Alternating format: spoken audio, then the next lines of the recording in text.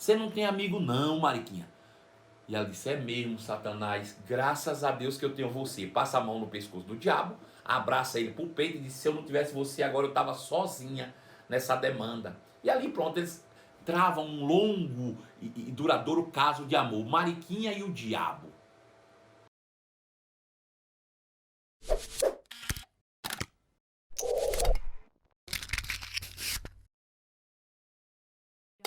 Estamos a nossa live pela manhã falando sobre a verdadeira batalha espiritual que acontece na mente. Eu me lembro que eu fechei pela manhã fazendo menção, né, à queda de Adão no Éden, né, que Deus, quando instruiu a Adão para não comer da árvore do conhecimento do bem e do mal, Deus não botou um esparadrapo na sua boca, não amarrou as suas mãos para que ele não pegasse, não, ele deu uma palavra a Adão e foi essa palavra que Adão deveria ter guardado. Era essa palavra que ele devia ter guardado em seu coração e nunca pecado contra Deus.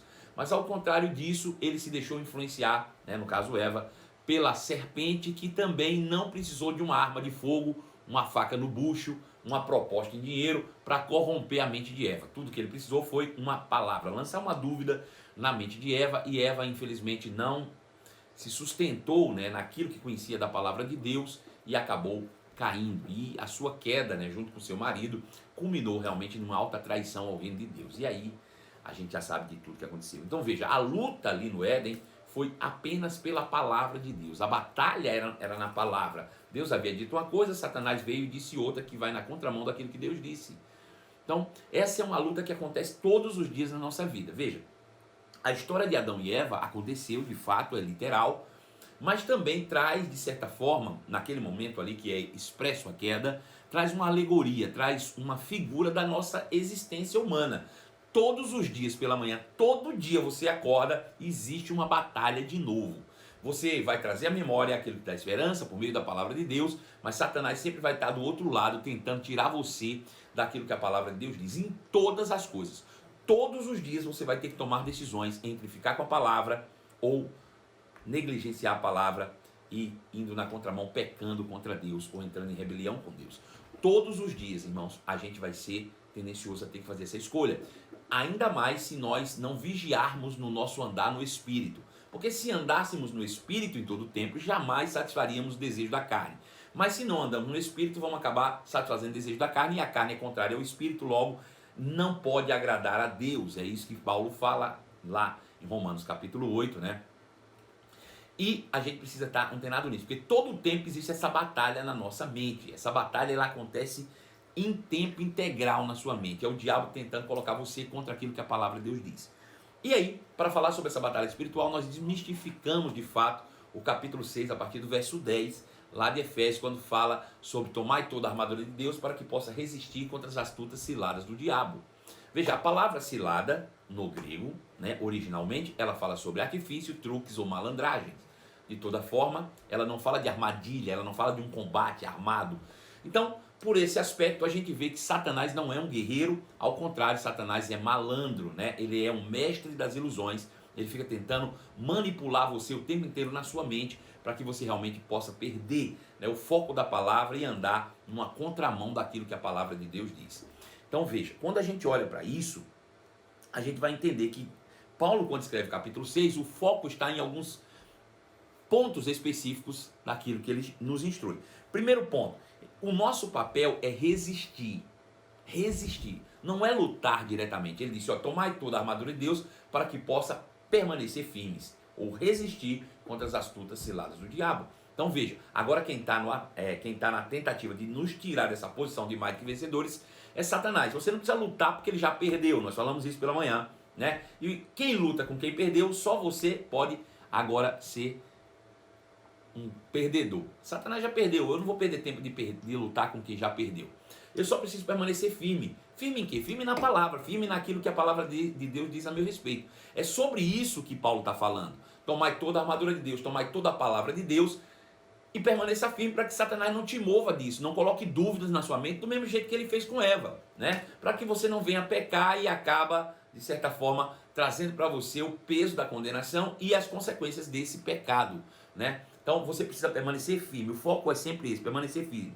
Outra coisa importante é que a ênfase não é na luta e sim no adversário. Veja, Paulo não está falando para você lutar, mas para você ficar atento ao seu adversário. Quem é esse adversário? Esse adversário é Satanás. E nós já vimos que pela palavra das suas armas, que não são armadilhas e de fato são malandragens, vamos botar dessa maneira, que eu acho que é a palavra mais evidente aqui, a gente vai entender que ele não é um guerreiro, ele é um malandro, né? E como malandro, você precisa realmente entender. E qual é a vantagem de você entender isso? Eu gosto de uma frase do escritor Sun Tzu, que escreveu o livro A Arte da Guerra. Ele diz algo interessante. Ele diz, quando você conhece a si mesmo e conhece o seu inimigo, quando você conhece a si mesmo, vamos começar ao contrário, ele diz assim, quando você não conhece nem a si e nem o seu inimigo, a sua vida é uma completa derrota. Você não conhece a si e não conhece o inimigo, você vai viver em completa derrota. Mas, se você conhece a si mesmo e não conhece o seu inimigo, para cada vitória que você obtiver, obviamente você vai obter uma derrota, porque você só conhece a si mesmo e não conhece o seu inimigo. Mas quando você conhece a si mesmo e conhece o seu inimigo, você não temerá 1000 batalhas. Essa é a frase de Sun Tzu no livro A Arte da Guerra. Os meus auxiliares vão deixar essa frase escrita aí, eu vou repetir para que eles peguem aí, né? Inspirados aí. Camilinha, essa é com você. Aquele que não conhece a si mesmo e nem o inimigo, viverá completa derrota. Quem não conhece a si e nem o seu inimigo, viverá uma completa derrota. Aquele que conhece a si mesmo, mas não conhece o inimigo, para cada vitória obterá uma derrota. Aquele que conhece a si, mas não conhece o inimigo, para cada vitória obterá uma derrota.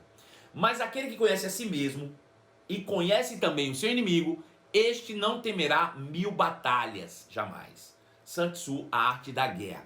Bom, o que isso tem a ver com a gente? Eu quero saber isso, né? Dentro da nossa vida prática. Veja, você conhece alguém, algum cristão, que não conhece a sua própria natureza, que não conhece as realidades da nova criação, que não conhece justiça de Deus? Você conhece algum crente que não conhece sobre essas coisas? Porque todas essas coisas dizem respeito a quem nós somos. Quando nós falamos sobre realidades da nova criação, quando nós falamos de justiça de Deus, nós estamos falando exatamente da nossa realidade, daquilo que nós somos, de um autoconhecimento de quem nós somos. Você conhece algum crente que porventura não conhece a si mesmo? Ah, o José Mesquita disse que conhece muitos. Veja, a maior mentira que o Satanás pode contar para um crente nascido de novo é que ele continua pecador. Veja, o simples fato de um crente se achar pecador já mostra que ele não conhece a si mesmo. Por quê? Porque Cristo fez justo na cruz. Veja, qual é o resultado do justo? Ele diz, o justo viverá pela fé. E qual é o resultado do pecador? Ele diz, o salário do pecado é a morte. Veja a derrota. Quando você não conhece a si mesmo, você vive uma vida de completa derrota. Começando por acreditar que você é pecador. Porque quando você acredita que você é pecador, você atrai sobre você todas as consequências do pecado. De imediato. Por isso que a gente vê tanto crente sofrendo. Porque não conhece nem mesmo a sua própria natureza. Agora, se não conhece a sua natureza, muito menos a natureza do seu inimigo. E aí, porque não conhece a si mesmo e não conhece seu inimigo, as suas vidas são completas derrotas. São vidas derrotadas de uma forma terrível, né? Agora, veja, depois de um tempo você amadurece, você cresce, talvez você faça um centro de treinamento bíblico, como o Rema, e aí você passa a conhecer a sua própria natureza, as realidades da nova criação, né? Justiça de Deus, o próprio caráter de Deus, você se reconhece como filho. Bom, quando você começa a conhecer a si mesmo, você começa a levar uma certa vantagem. Você vê que a nossa vida melhora. Mas não conhecendo ainda o inimigo, a sua vida passa a ser uma montanha russa espiritual. Ora você está bem, ora você está mal. Ora você está lá em cima, ora você está embaixo. Ora a coisa está funcionando, ora a coisa não está funcionando. Então isso acontece pelo fato de às vezes você conhecer a si mesmo, mas não conhecer o seu inimigo.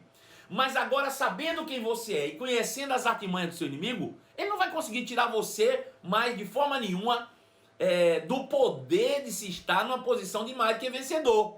Porque você conhece o inimigo agora e você sabe que ele é malandro. Né? Eu vejo pessoas dizendo assim, pastor, essa noite, olha, o Satanás apareceu, entrou no meu quarto e me enforcou. Eu quase morri, pastor. Quase que eu morri. O Satanás me enforcando. E eu acho engraçado, porque Satanás é um espírito, não é? Satanás é um espírito. Como é que um espírito sem corpo vai enforcar o seu pescoço? Quantas vezes você já viu alguém morrendo dizendo assim, então, certidão de óbito, causa da morte, enforcamento pelo Satanás. Quantas pessoas você já viu dizendo que morreu, recebeu um certificado de óbito, que morreu enforcado pelo Satanás? Ninguém.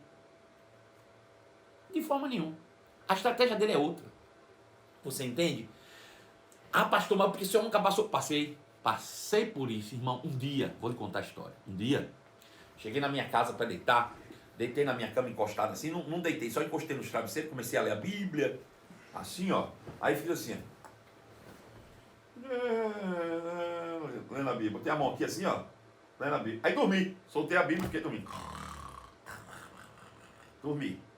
Acordei de madrugada. Agora, você sabe quando você deita por cima do braço, seu braço fica dormente, não sabe? Sabe ou não sabe? O braço fica dormente, tá lá, o braço dormente. Aí eu abri o olho de madrugada, porque eu tava vendo uma mão pegando na minha cara. Aí eu abri o olho, quando eu abri o olho eu vi o dedo. Eu digo, é o cão, pronto. Irmão, você não faz ideia como você cria coragem em fração de segundo. Não pode pensar muito, não. Você cria uma coragem absurda em fração de segundo. Eu botei a mão aqui. Eu falei, eu vou calcular a força. Eu digo, é o diabo. Vou pegar na mão dele, vou jogar ele na parede e já vou cair por cima, dizendo, em nome de Jesus, sai da minha casa agora, seu Satanás do inferno. Irmão, eu peguei com tanta força que eu puxei, que eu quase destronquei minha própria coluna. E depois passei meia hora rindo do que eu tinha feito. Tu acredita? Agora, graças a Deus que eu tive coragem de fazer, porque senão eu ia estar contando um testemunho que Satanás tentou me enforcar. O que é isso? O que é isso? Medo. É medo. É medo. Porque nós somos todos cheios de coragem na igreja, né? Todo mundo cheio de coragem. Cadê o demônio? Onde vai vir o demônio para botar a mão, expulsar esse cão do inferno? Na igreja todo mundo tem coragem. Mas em casa, no escuro, o cabo anda assim, ó. Tudo olhando para trás com medo do escuro. Os crentes que expulsam o demônio têm medo do escuro. Pense numa desgraça. Então veja.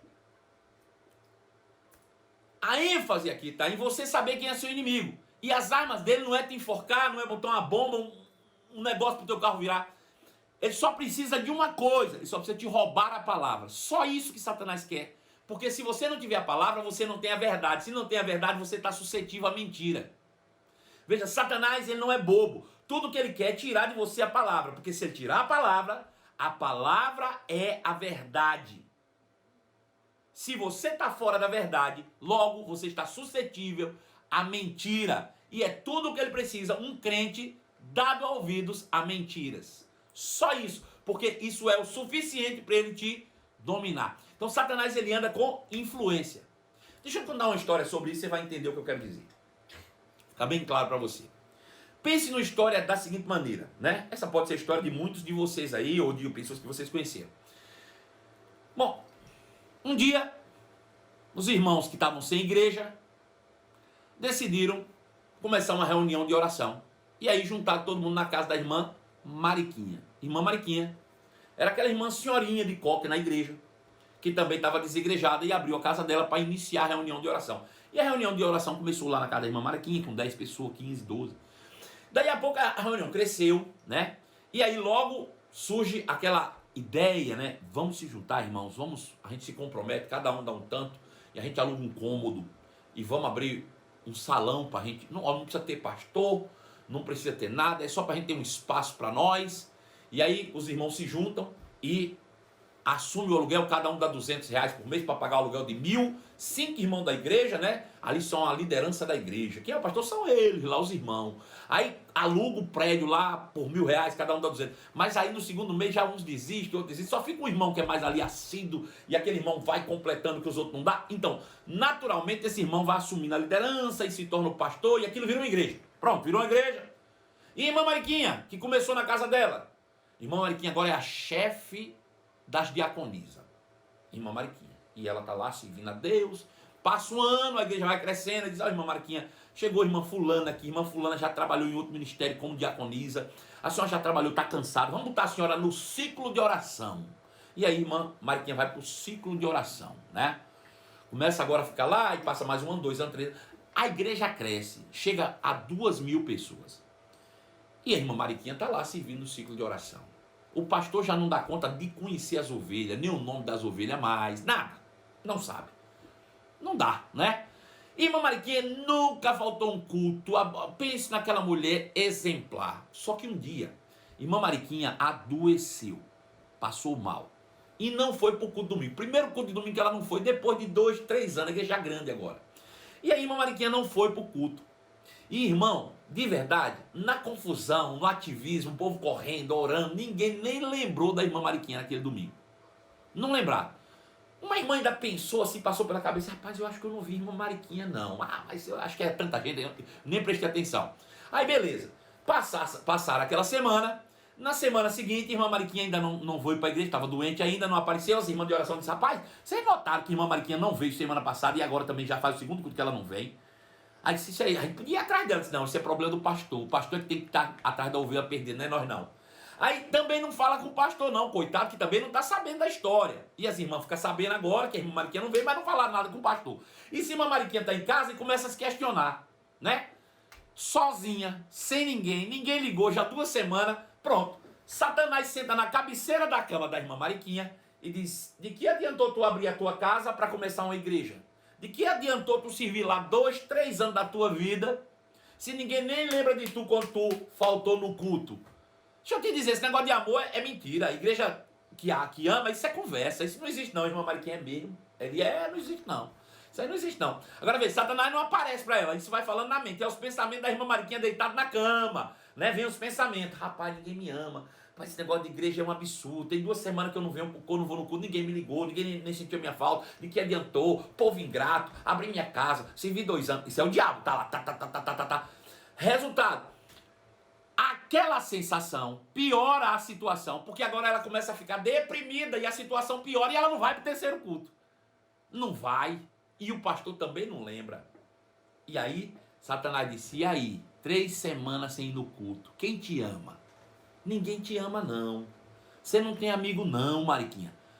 E ela disse, é mesmo, Satanás, graças a Deus que eu tenho você. Passa a mão no pescoço do diabo, abraça ele pro peito e diz, se eu não tivesse você agora eu estava sozinha nessa demanda. E ali pronto, eles travam um longo e duradouro caso de amor. Mariquinha e o diabo. E aí você pode dizer, pastor, mas esse pastor não deveria saber. Veja, se a irmã Mariquinha conhecesse a palavra de Deus, se a irmã Mariquinha conhecesse a palavra de Deus, certamente a irmã Mariquinha conheceria o texto lá de Tiago, que diz assim, capítulo 5, tem entre vós alguém doente? Pois bem, chame os presbíteros da igreja, e eles a ungirão com óleo, e a oração da fé levantará o doente. Preste atenção nesse texto. Diz assim, tem entre vós alguém doente? Então, chame os presbíteros da igreja, porque eles a ungirão com óleo, e a oração da fé levantará o doente. Veja, perceba que a Bíblia diz que quem está doente é que chama o presbítero. Não é quem está doente ficar esperando que o presbítero adivinhe que ele está doente, porque ele não tem bola de cristal. O que é que custa? Para fazer fofoca, você liga para os outros. Agora, para dizer que está doente, você fica fingindo de morto, para ver se alguém lembra. Você está dando lugar para o diabo. Entendeu? O que é que o diabo faz? Ninguém nem está sabendo nessa quarentena se eu estou passando fome. Após liga para os outros e diga que está passando fome. A gente não vai lembrar, criatura. Entendeu? Não tem condição. A Bíblia é clara. Tem entre vós alguém doente, chame os presbíteros. Agora, se você chamar o presbítero dizer, não vou não. Aí tudo bem. Você tem todo o direito do mundo de reclamar. Agora, do contrário, meu irmão, não. Como é que ele vai adivinhar? Então veja, Satanás ele trabalha com essas coisas. E você precisa estar firmado sobre a palavra. No texto de Efésios, no único texto, a Bíblia fala sobre 3 vezes você resistir e resistir. É só isso. Eu só preciso conhecer a palavra e resistir. Conhecer a palavra, resistir. Conhecer a palavra e resistir. É só isso. Porque nossa luta não é contra a carne, nossa luta não é contra a sangue. Bota isso na sua cabeça. A sua luta não é contra o pastor, a sua luta não é contra o seu líder, a sua luta não é contra as suas ovelhas, a sua luta não é contra o irmão infiel da igreja, a sua luta não é contra pessoas. A sua luta é contra principados e potestades, é contra dominadores desse mundo tenebroso. As pessoas simplesmente se deixam ser influenciadas. A nossa luta não é contra carne e contra sangue. Diariamente eu passo por uma luta. Veja, outro dia a gente estava aqui numa live e a pessoa me perguntava como é que eu devo agir quando a pessoa não é fiel, por exemplo. Você deve agir da mesma forma quando a pessoa é fiel. Por quê? Porque é você que tem que resistir ao diabo. Perceba que quando você está pensando mal de outro, você está dando lugar ao diabo. Você não está resistindo, você está cedendo aos pensamentos que ele está trazendo na sua mente. Satanás não pode ler a tua mente, mas ele pode te induzir a pensar o que ele quiser com os pensamentos dele. E pasmem, quando ele te induz num pensamento e você pensa o que ele quer, ele acaba sabendo se você está pensando o que ele te colocou na cabeça. Deu para entender o que eu disse? Ele não tem a capacidade de ler os teus pensamentos, mas pelas tuas reações, ele consegue perceber se você está pensando no que ele quer. Pelas tuas demonstrações faciais de raiva, pelas palavras que saem da tua boca, ele fica antenado para ver se você está pensando exatamente naquilo que ele quer que você pense. Quando você fala mal de um irmão, quando você questiona a tua igreja, quando você fala mal da palavra, quando você não concorda, tudo isso Satanás está percebendo e dizendo, ela está caindo na minha armadilha, ela está caindo na minha malandragem, ela está pensando exatamente o que eu botei na mente dela para pensar. Aleluia! Satanás é assim. Por isso, Filipenses 4:8, ele diz, irmão, pelo amor de Deus, tudo que for bom, tudo que for puro, tudo que for de boa fama, se tiver algo de louvor, se algum louvor existe, nisso pensai. Né? É isso. Se não é desse jeito, não é Deus. É o diabo. Então nossa luta não é contra carne e sangue. Temos então uma batalha? Temos na mente. O tempo inteiro. Satanás querendo nos tirar da posição da palavra que nós estamos firmados sobre ela. E nós não podemos vacilar nisso. Primeira coisa que a gente precisa fazer para vencer essa batalha na mente é entender como age um espírito maligno. Ou seja, conhecer teu inimigo. A gente já sabe que a arma dele é malandragem. É mentiras, né? É sofismas. São enganos. Tudo aquilo que vem na contramão daquilo que a palavra de Deus diz. Essa é a arma que ele usa e sempre usou, né? Sempre usou, distorcendo uma coisa, distorcendo outra, querendo te colocar contra Deus, né? Contra a palavra. Então veja, a primeira forma de um demônio agir sobre a vida de uma pessoa, de um indivíduo, de um ser humano, é a possessão. Satanás pode possuir completamente uma pessoa. Quando? Quando essa pessoa é escrava dele, né? Alguém que não é crente, alguém que está morto espiritualmente, que não tem o Espírito de Deus habitando dentro dela. Lembre-se que nós somos uma casa, né, espiritual por dentro, que nessa casa hoje se tornou templo do Espírito e quem habita em nós é o Espírito de Deus. Mas antes do Espírito de Deus habitar em nós, quem poderia habitar em nós? Se a gente permitir também. Não é que ele habita em todo mundo que está no mundo, não. Mas tem pessoas que se permitem e abrem portas, normalmente pelas portas dos sentidos. Ou seja, quando as pessoas usam coisas que a levam ao descontrole, entorpecentes, por exemplo, né? Drogas, bebidas, né? Depravações de todas as coisas, né? Pessoas que fazem rituais macabros. Essas coisas todas vão abrir espaço, uma porta para o diabo entrar, irmãos, e possuir a pessoa por completo. Possessão é o diabo dentro do espírito do camarada. Agora tem gente que é tão... Olha, eu vou dizer, tem gente que é tão... eu vou te contar. Que não é nem o demônio que possui ele, é ele que possui o demônio, né? Acaba você diz, não é possível que esse camarada... Ele é que possuiu o demônio. Não foi o demônio que possuiu ele, não, viu? Então veja, a primeira coisa é a possessão. É quando o espírito maligno domina totalmente o homem. Espírito, alma e corpo. A partir do espírito ele domina o resto. A pessoa fica fora de si. né? Se transfigura. É terrível você ver alguém possesso. É terrível, terrível. Aí você me pergunta, quem pode ser possesso? Quem é uma casa livre para uma habitação de um demônio. Um crente pode ser possesso? Não. Sabe por quê? Porque dentro do crente existe o Espírito de Deus. E o Espírito de Deus, que é mais forte que o diabo, não vai dividir a casa com ninguém. Pegou? Então veja, um espírito, um crente não pode ser possuído, possesso de um espírito maligno, porque ele tem a presença de Deus nele. Ele é templo do Espírito. Como é que Deus vai dividir um templo? O Espírito Santo e Zé Pilintra morando no mesmo lugar? Não dá, meu irmão. Não dá, querido. Imagina, né? O Espírito Santo e Pombagira dividindo o mesmo kitnet, se você for magrinho. E se for gordo, é uma mansão espiritual. Então, não dá para dividir as duas coisas. Então, um crente não pode ser possesso. Quem é que é possesso? É possesso quem não tem a Cristo. Não tem a presença de Deus habitando dentro. Se der brecha, se der espaço, irmão, o diabo entra. A pessoa pode entrar num caminho de carnalidade, um caminho de perversão tão grande que ele abre espaço para o demônio habitar nele e dominá-lo por completo. Isso é uma possessão. Segundo ponto, opressão.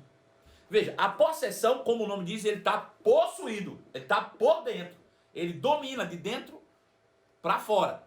Essa é a possessão. E opressão é de fora para dentro.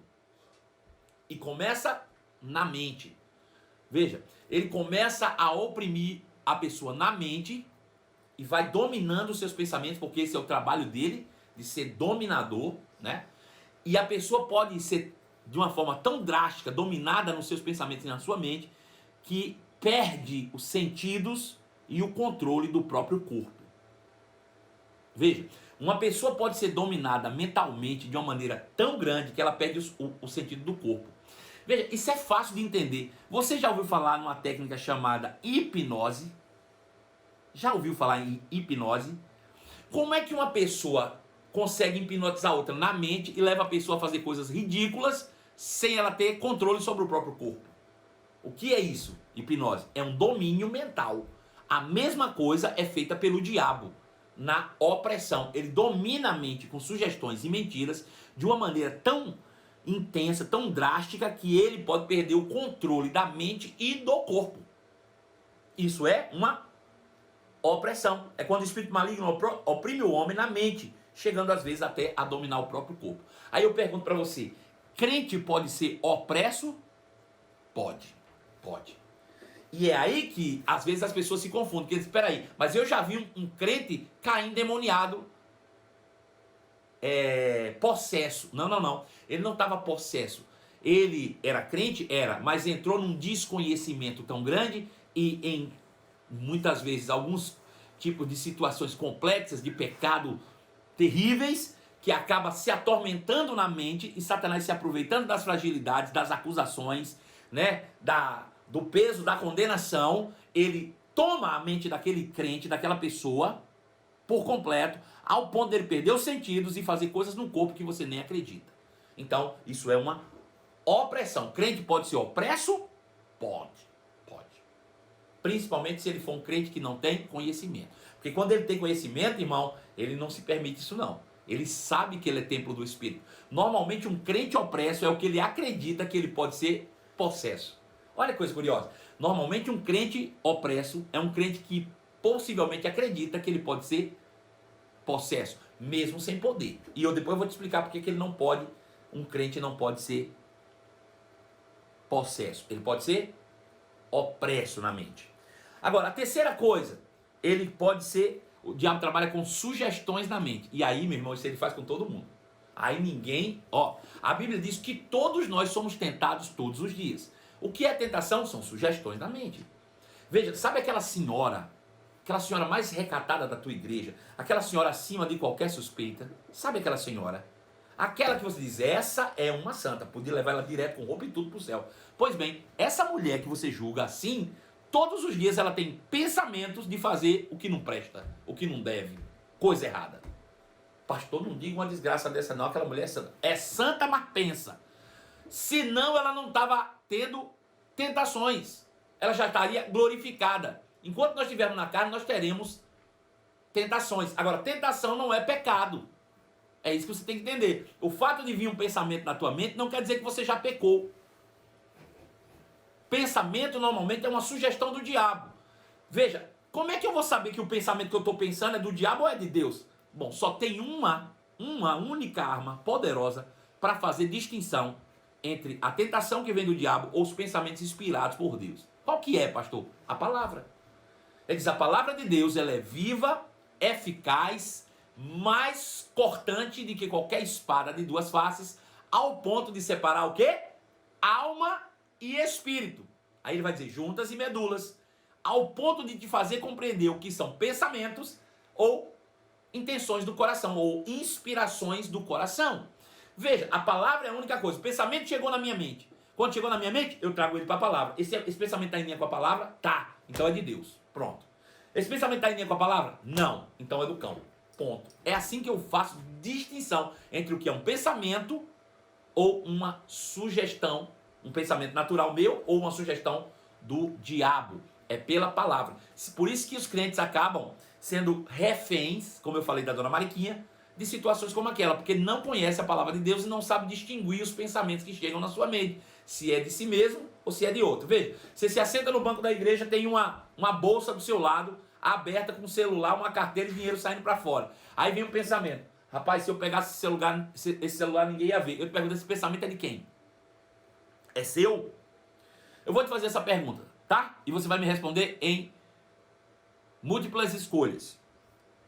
Você entrou na igreja, sentou no banco, tem uma bolsa do seu lado, carteira aberta, o celular para fora, e vem um pensamento na tua mente, se eu pegar esse celular, ninguém vê. Eu te pergunto, de quem é esse pensamento? Letra A, esse pensamento é meu, sou um mau caráter.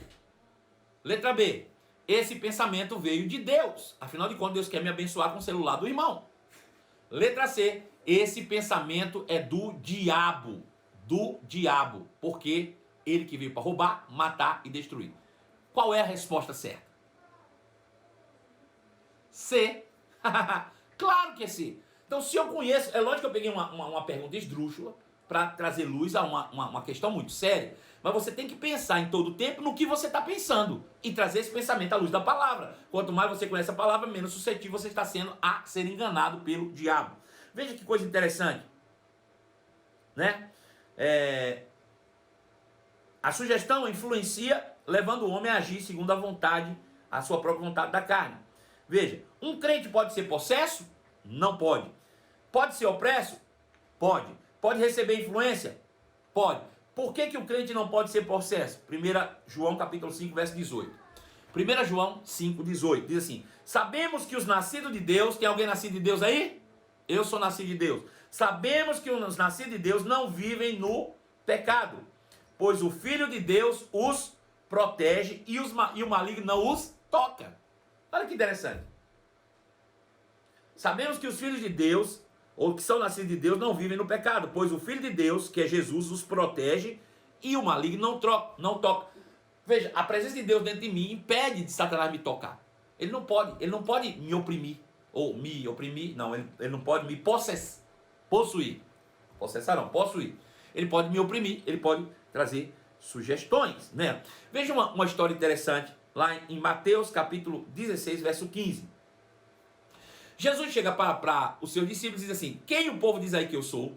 E as pessoas dizem, tu dizem que tu é um profeta, que é Elias, que é Jeremias. E ele diz, e vocês? Perguntou ele, quem vocês dizem que eu sou? Então Simão Pedro respondeu, o Senhor é o Cristo, o Filho do Deus vivo. E Jesus disse, que grande privilégio você teve, Simão, filho de João. Foi meu Pai no céu quem lhe revelou isso. Veja, ele foi influenciado por quem? Pelo Espírito de Deus. Ele disse, foi meu Pai que está no céu que te revelou. Simão, cara, que privilégio. Tu fostes inspirado pelo Espírito. É isso mesmo, eu sou o Filho de Deus. Como é que Jesus sabia que ele foi influenciado pelo Espírito? Porque apenas o Espírito de Deus, ou quem fala pelo Espírito, diz Jesus Cristo é o Senhor. É o que está escrito. Então, sabendo-se disso, fica fácil de saber de onde veio a inspiração.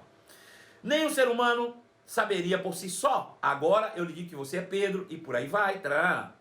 Veja, daquele momento em diante, eles estavam conversando, daquele momento em diante, Jesus começou a falar claramente aos discípulos que era necessário que ele fosse para Jerusalém e sofresse muitas coisas terríveis nas mãos dos líderes do povo, dos principais sacerdotes e dos mestres da lei. Seria morto, mas no terceiro dia ressuscitaria. E Pedro chamou de lado e começou a repreendê-lo, dizendo: jamais, Senhor, tu nunca vai morrer assim. Isso nunca te acontecerá. E Jesus se voltou para Pedro e disse: afaste-se de mim, Satanás. Você é uma pedra de tropeço para mim. Considera as coisas apenas do ponto de vista humano e não da perspectiva de Deus. Veja que curioso. Pedro tinha acabado de receber um elogio, dizendo que o Espírito Santo foi quem inspirou ele. Aí se encheu de vaidade e disse: eita, que eu sou ungido de Deus.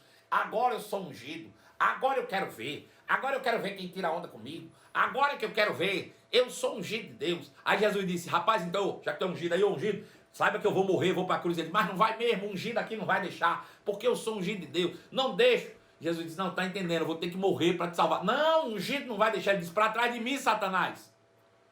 Eu te pergunto, Pedro estava possuído? Estava não. Estava não. Estava opresso? Estava não. Estava não.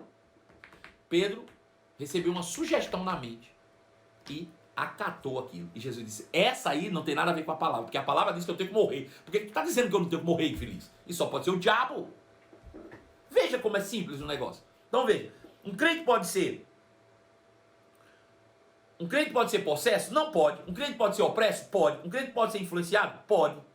Foi assim que aconteceu com Pedro, né? Então veja, nosso verdadeiro combate é esse.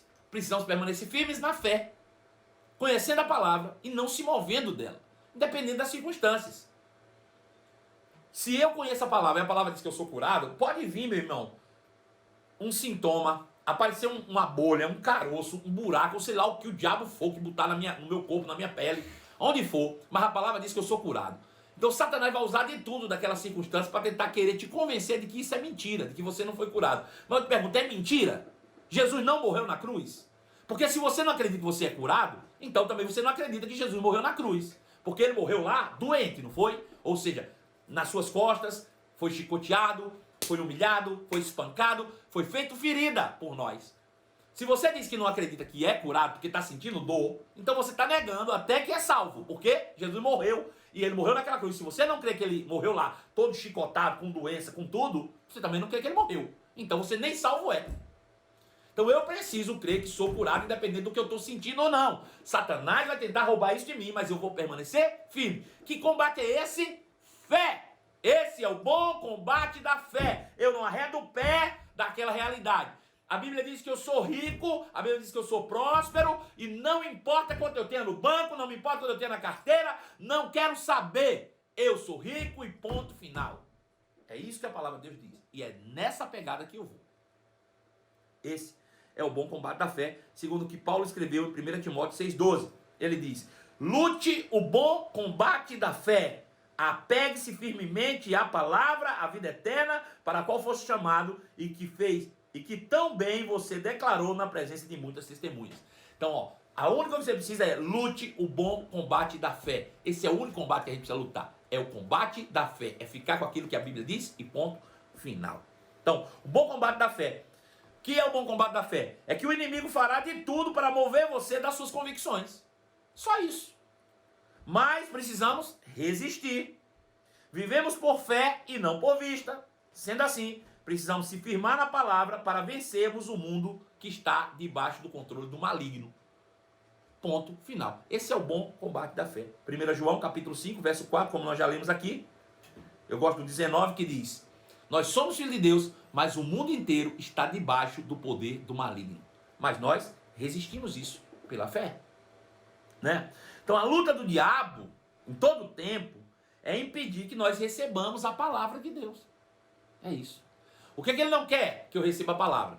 Veja, Jesus contou isso de uma maneira brilhante, em uma parábola que para mim é extraordinária, que eu já contei para vocês em outras lives, que é a palavra do semeador. Jesus fala que o semeador saiu a semear, e as sementes que foram caindo, apenas 25% produziu. Por que não produziu as outras 75%? Veja, Ele diz, o semeador semeia a palavra. Quando alguém está pregando a palavra, apenas 25% recebe, as outras 75% perde. Perde por quê? Ele diz 25% porque o diabo toma na hora que ele recebe. Veja, quantas pessoas, eu não quero trazer peso nem condenação para você, mas quantas vezes durante a nossa live você entra e sai, entra e sai, entra e sai, entra e sai, entra e sai? Hã? O que é isso? Não, pastor, porque o menino gritou. Não, pastor, porque eu fui olhar um negócio. Não, pastor, porque eu me lembrei de outra coisa. Isso é o diabo querendo tirar você da concentração da palavra. É isso que ele diz. A palavra é semeada, mas caiu na beira do caminho, veio o passarinho comeu. Que é isso? A pessoa nem recebe, o diabo já levou embora. Tu já foi em cultos poderosos, quando você saiu de lá, rapaz, que culto. O cara disse, pregou o quê? Disse, não lembro, mas foi bom. Rapaz, que culto. Eu não lembro o que é que foi pregado, não. Deixa eu te dizer, se você foi num culto e não sabe o que foi pregado, você perdeu tudo, não vai ganhar nada. Satanás roubou de você a palavra. Porque a palavra é a semente. Se não tem semente, não tem colheita. Simples assim. Você só vive pela palavra. Ele diz, a segunda é aquela que caiu em terreno pedregoso, nasceu rapidinho, você pegou, recebeu com alegria, sai dessas lives aqui, animado, ei, ei, ei. Aí amanhã, no outro dia, teu cônjuge vai e te fala uma palavra contrária, briga com você, te contraria, tu fica com tanta raiva que tu sai na carne e esquece tudo que tu viu na live do dia anterior. Já esqueceu tudo, perdeu tudo. Quem foi? O diabo. Foi meu marido. Não foi não, foi o diabo. Foi o diabo na tua mente para te roubar a palavra. Tudo que ele quer é tirar de você a palavra, só isso. O diabo não precisa fazer nada com você. Se você não receber a palavra, ele está, por mim, deixa ele para lá. Porque não vai dar em nada. Não vai dar em nada. Se você não tem palavra, não tem nada. Absolutamente nada. Você é um zero. Se você não tem palavra, você não tem nada. Terceira, eles são aqueles que caem entre espinhos. São as pessoas que recebem a palavra, até sabem a palavra, está dentro delas, mas elas estão mais apegadas às coisas do mundo que da palavra. São os cuidados do mundo, ou seja, as preocupações, a fascinação das riquezas e as demais ambições sufocam a palavra e tornam ela infrutífera. Veja, quem é que traz preocupação para as pessoas? Como é que a preocupação nasce? Com pensamentos. Quem é que traz os pensamentos? Nós já sabemos. Quem é que traz um pensamento dizendo, esse mês não vai dar, rapaz, minha empresa vai quebrar, rapaz, não vou conseguir pagar as contas, rapaz, vai ser difícil, vou pegar coronavírus, não sei o que. Quem é que traz esse pensamento? O diabo. Para quê? Para sufocar a palavra. Porque para que a palavra floresça dentro de você, você vai ter que botar ela para dentro e vai ficar meditando nela, meditando. Como é que você vai conseguir meditar na palavra e meditar no problema tudo ao mesmo tempo? Você tem que escolher o que quer meditar. Ou você medita na palavra, ou você medita no problema. Então é assim que o diabo faz. Ele só trabalha dessa maneira, roubando de você a palavra o tempo inteiro. E o nosso papel é resistir. Veja, 2 Coríntios 10,4 diz: usamos as armas poderosas de Deus e não as armas do mundo, para derrubar as fortalezas do raciocínio humano e acabar com falsos argumentos ou com mentiras, destruindo todas as opiniões arrogantes do diabo que impede as pessoas de conhecerem a Deus. Levamos então cativo todo pensamento rebelde e o ensinamos a obedecer a Cristo. Então veja, nossas armas não são carnais, elas são poderosas em Deus para destruir na nossa mente fortalezas, eliminando sofismas ou mentiras, levando todo o nosso pensamento à obediência de Cristo. É assim que nós resistimos ao diabo todos os dias. Amém? Tem uma pergunta aí para hoje que é muito especial, muitíssimo especial. E a gente vai, eu vou pedir a Pedro Carvalho, a gente vai abrir a caixinha de minhoca aí, né? Mas antes, deixa eu ver se as perguntas já estão aí, que eu estou preparado aqui. Tem uma pergunta que uma pessoa fez para mim, diz, não, você vai fazer essa pergunta lá na hora, né? Vamos combinar aqui para fazer essa pergunta na hora. E a gente vai, trazer essa pergunta agora. Kátia Pacífico, você está por aí também, Kátia Pacífico? Preciso de você. Pedro Carvalho, tem alguma pergunta especial na nossa caixinha de minhoca? Abre aí, por favor.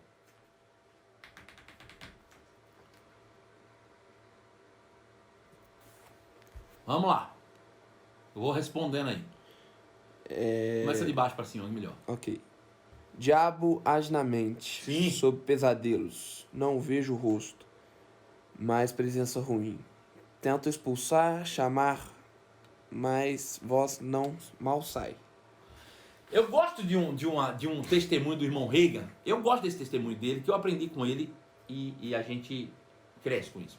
Ele disse que vivia assim também como você, que teve esse tipo de coisa. Tem pesadelos, né? Chega a sentir o cheiro, né, do bicho. É ruim demais, né? Aí você sente aquela presença pesada, ruim, às vezes você tenta gritar, não consegue, você tá dormindo, tá acordado, não sabe se dorme, é um negócio horrível, né? E o irmão Reagan disse que um dia acordou assim também. O que é que ele fez? Se levantou e disse, bom, eu vou encarar. Aí foi, encarou, chegou na sala da casa dele, ele deu de cara com uma entidade, com um demônio. E aí quando ele olhou para aquele demônio, ele disse, ah, é você? Eu pensei que era outra coisa pior. Perder meu tempo não.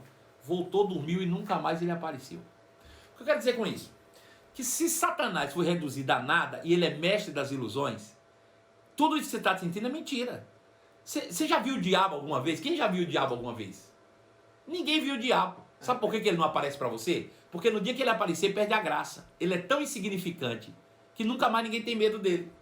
Então ele fica criando essas imagens, que ele é grande, que ele é feio, que ele é cabeludo, que ele é de chifre, que ele solta fogo, que ele tem rabo. Aquilo tudo é conversa fiada. Ele é nada, ele é um ninguém.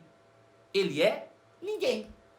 Ponto. É isso que você tem que trazer na mente. Então não é que vem essas coisas de Satanás. Isso não me oprime mais não. Maior que está em mim do que o que está no mundo. Né? Eu prefiro pensar em Deus. Como é que Deus é glorioso? Como é que ele vai te atacar se você tem o presença de Deus dentro de você? Isso tudo é ilusão da mente.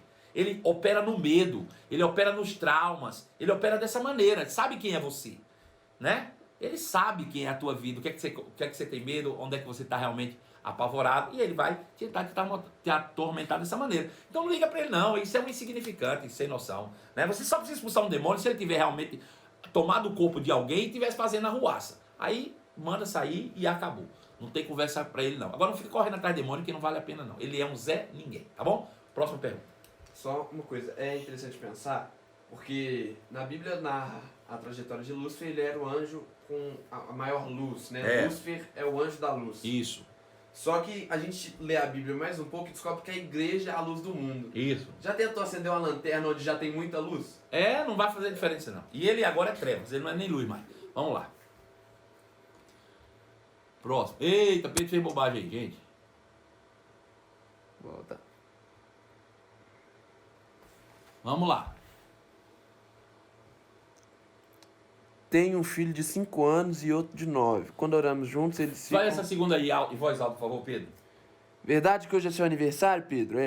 Na verdade, amanhã. Olha aqui!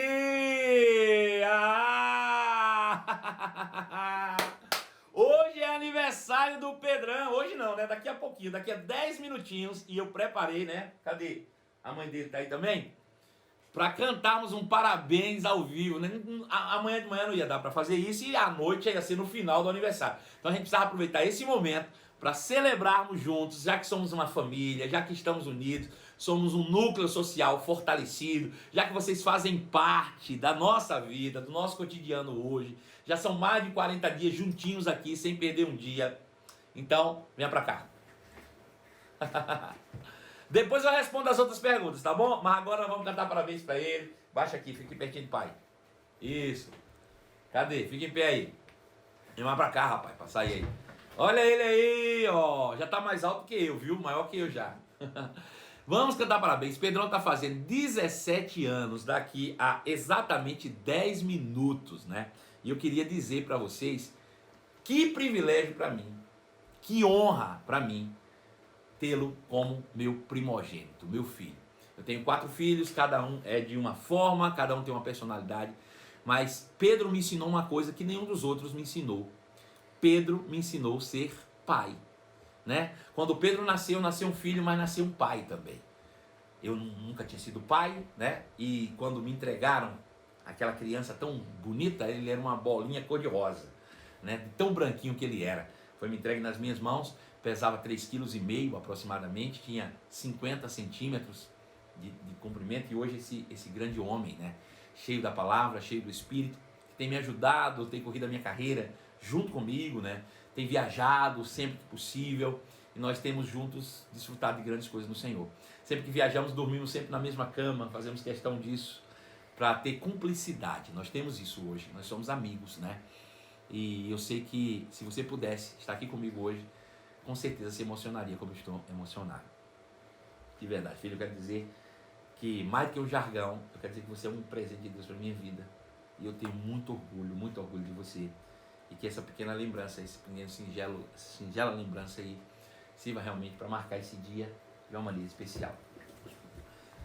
Agora vamos cantar, todo mundo, hein, gente? Vamos lá, eu quero ver todo mundo cantando aí, mesmo que eu não esteja ouvindo, vamos cantar. Parabéns pra você, nessa data querida, muitas felicidades, muitos anos de vida. Parabéns pra você, nessa data querida, muitas felicidades, muitos anos de vida. Vamos cantar outra musiquinha aí, vamos ver se vocês dão sugestões aí, tá, gente? Vamos ver quem acerta aí, ó, aproveita aí. Com quem será? Com quem será? Com quem será que o Pedro vai casar? Com quem será? Com quem será? Com quem será que o Pedro vai casar? Quem pode dar sugestões aí? Vamos lá, vai botando sugestão aí. Ah, moleque! Gente, muito obrigado, viu, gente? Muito obrigado de coração de dividirem comigo esse momento tão especial. Que bênção, viu? Que bom dividir com vocês esse momento. Foi lindo, viu? Foi lindo. Vamos ver se tem mais alguma perguntinha ali, Pedro. Acho que ainda dá tempo. Depois eu vou acender a velhinha e a gente vai apagar juntos, tá bom? Prometo pra vocês. Vamos lá. Medo não é uma forma de opressão? Então, o medo é um espírito, é uma atitude que você tem, né? Uma atitude do coração que abre a porta para a opressão. Então, o medo é uma porta, né? A opressão são pensamentos, são sugestões, são pressões mentais mesmo, né? Que vão levar você ao declínio e ao domínio. Mas isso, na maioria das vezes, entra pela porta do medo, tá corretíssimo. Mas não se esqueça, medo é um espírito. Agora, não é um demônio, um espírito do medo. Não. É um espírito, é uma atitude. É isso que ele quer dizer. Medo é uma atitude. Você desenvolve quando você quer, né? E na maioria das vezes o medo surge pela falta de conhecimento, pela falta de entendimento. Vamos para a próxima.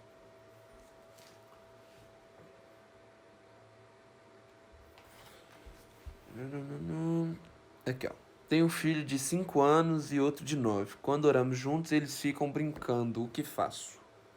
Continue orando, continue orando. A criança é assim mesmo, né? Eles se perdem muito facilmente. Você não pode trazer sobre a criança um peso que seja inerente ao seu estilo de vida, ao seu tempo. Veja que o apóstolo Paulo dizia assim: quando eu era criança ou quando eu era menino, eu andava como menino, eu agia como menino, eu pensava como menino. Mas agora que eu vira ser homem, eu abandonei as coisas do menino. Veja, o mais importante para uma criança é o exemplo. Você dá o exemplo. Eu nunca ensinei o Pedro a orar, por exemplo. Eu nunca ensinei. Eu nunca parei com ele: Pedro, olha, você tem que orar 3 vezes por dia. Nunca. Mas o meu exemplo fez com que ele chegasse a esse entendimento que é necessário orar. Então veja, o melhor que você pode fazer hoje, você que fez essa pergunta, é dar bons exemplos para os seus filhos, né? E deixe eles ser crianças, né? Desde que ele não esteja fazendo nada que seja realmente um pecado declarado de maldade, deixe ele ser criança. A maioria dos adolescentes se perdem da igreja porque os pais na infância os privam de ser crianças, né? Ou os oprimem muitas vezes com religiosidades. Então deixe essas crianças viverem cada fase da melhor maneira possível. E a melhor forma de você educá-los é pelo exemplo. Na verdade, eu costumo dizer que é a melhor ou a única maneira de você educar uma criança é através do exemplo. Então, não pede isso não. Vamos lá, se tem mais uma perguntinha aí.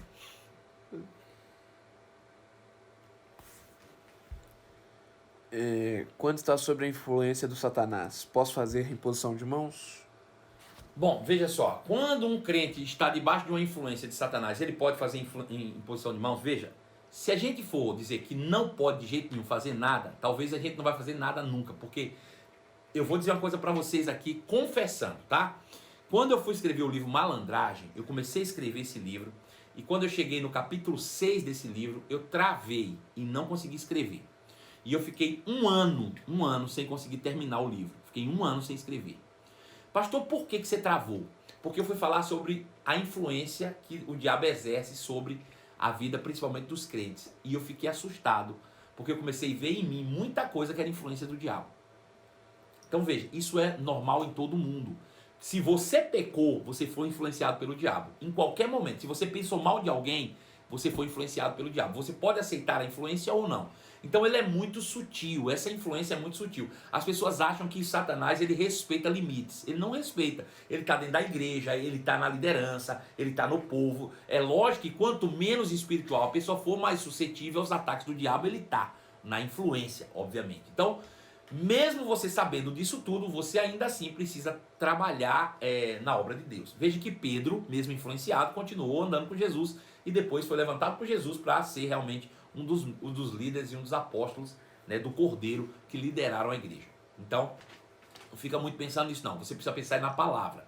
Pense na palavra e esqueça o diabo, que é muito melhor, tá bom? Um beijo no seu coração, fiquem com Deus. Amanhã, 11 horas da manhã, nós damos continuidade às nossas lives e o nosso estudo sobre a autoridade, que tem sido uma grande bênção. Eu amo vocês de todo o meu coração e temos um encontro marcado, porque aqui é assim, todos os dias tem live de 12 em 12 horas, 11 da manhã e 23 horas, com remédio, 2 doses por dia, para imunizar você na fé. Até logo mais, em nome de Jesus.